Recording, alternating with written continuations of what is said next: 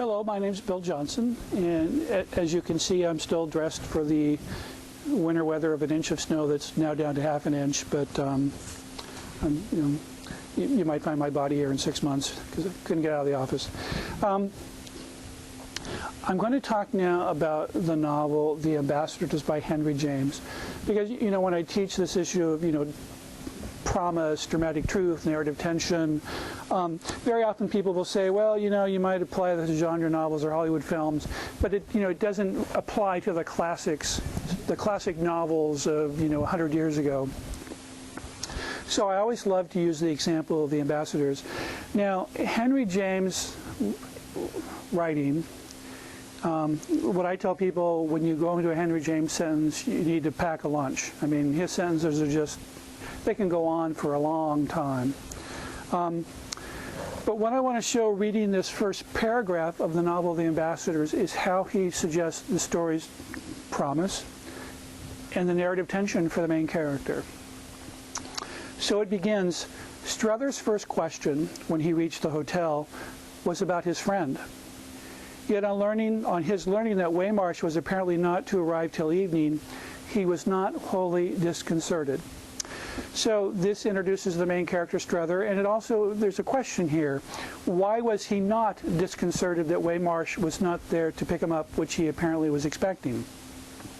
To get the answer to that question, you need to read the second sentence. Second sentence. A telegram from him bespeaking a room only if not noisy, reply paid, was produced for the Enquirer at the office, so that the understanding that they should meet at Chester rather than Liverpool remained to that extent sound. So this sentence is kind of giving us a sense of where is this story happening. Next sentence. The same secret principle, however, that had prompted Struther not to absolutely to desire Waymarsh's presence at the dock, that had led him thus to postpone for a few hours his enjoyment of it, now operated to make him feel he could still wait without disappointment. This is where you start getting into the promise of the story, and you see, he talks about this secret principle, which, to find out what the secret principle is, you're going to have to continue reading. So he's drawing you forward.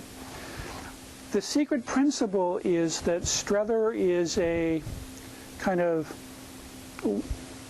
well-off middle-class American. This is like the 1870s.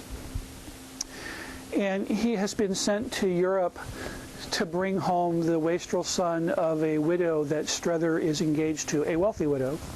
So, Struther's not that well off, so if he marries the widow, he'll be set up financially for life. Now, well, let me continue. I'm kind of interrupting myself, as Henry James might if he were explaining this story. They would dine together at the worst, and with all respect to dear old Waymarsh, if not even for that matter to himself, there was little fear that in the sequel they wouldn't see enough of each other. So the sequel here is, which we don't know yet, but the sequel will be once he finds the son in Paris and sends him home, then he's saying he'll have time to chat with Waymarsh.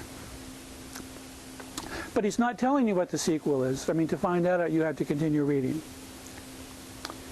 The principle I have just mentioned as operating had been, with the most newly disembarked of the two men, wholly instinctive, the fruit of a sharp sense that, delightful as it would be to find himself looking, after so much separation, into his comrade's face, his business would be a trifle bungled should he simply arrange for this countenance to present itself to the nearest nearing steamer as the first note of Europe. This begins to speak to what is this secret principle. Mixed with everything was the apprehension already on Struther's part that he would at best throughout prove the note of Europe in quite a sufficient degree. So the issue here, the dramatic truth for Struther is he's a provincial, middle-class American who has gone to Europe, and he wants to see if he can prove himself when he comes up against cultured, educated Europeans. And so this is something that was very near and dear to the heart of Henry James, who actually gave up his citizenship late in life and became a British citizen because he found Americans like me, my hat, my coat, my little rodent trap lines. He found us collectively as barbarians. So he has his character here who is going to Europe, who's, let's call his external goal is to bring home the widow's son, but his real goal, he wants to test himself against these cultured Europeans that he's heard about. And so, like I said, you get into some sentences in this novel that you might as well pack a lunch. But even though the novel has a very slow progression, it does have movement. So the opening paragraph does introduce the story's promise, it does introduce the character's dramatic truth, and it introduces the character's narrative tension. So all the elements of a good story are in that first paragraph, no matter how slowly it unfolds. So what happens in this novel is Struther goes to Paris, meets a very cultured lady who holds salons, and he discovers very quickly that the young man's seen a showgirl, and if nobody had done anything, the young man was already getting tired of the relationship.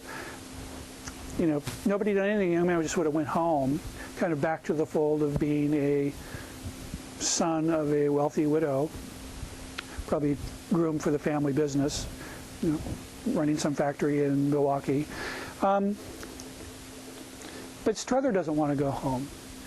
He has found himself moved, opened up intellectually by this experience of Europe, the culture of Europe, the sophistication of Europe. And so they have to send another group of people to bring Struther back home. And so that is the plot of The Ambassadors. Struther going over to bring home the son, Struther refusing to come home, and more people being dispatched to Europe to do the widow's bidding. So, I talk about the narrative tension in terms of Struther, the character. There's also narrative tension for the audience, for the reader, for me. Because as a reader, for me personally as a reader, once I get involved, invested in Struther's quest, I don't want Struther to go back. I want to see how this plays out. Will he go back? Because if he goes back, he will have been reduced in his life, is who he is. He will simply be an appendage to the widow.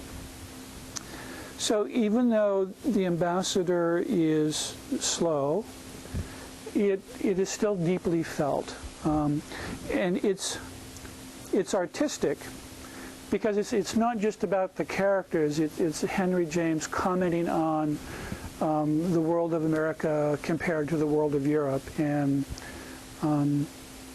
what he considered to be the sophistication of the culture of Europe compared to America. So, wonderful novel, slow read, but rewarding for some of us, not for everyone. I wouldn't give it to an 8-year-old unless they were really tremendous. But, if in your community there's an inch of snow and you're terrified you're not going to be rescued for 3 months, this would be a good novel to have by your bedside, because it will take you 3 months to get through probably the first couple paragraphs. The first couple chapters. But good luck, good reading. Bye.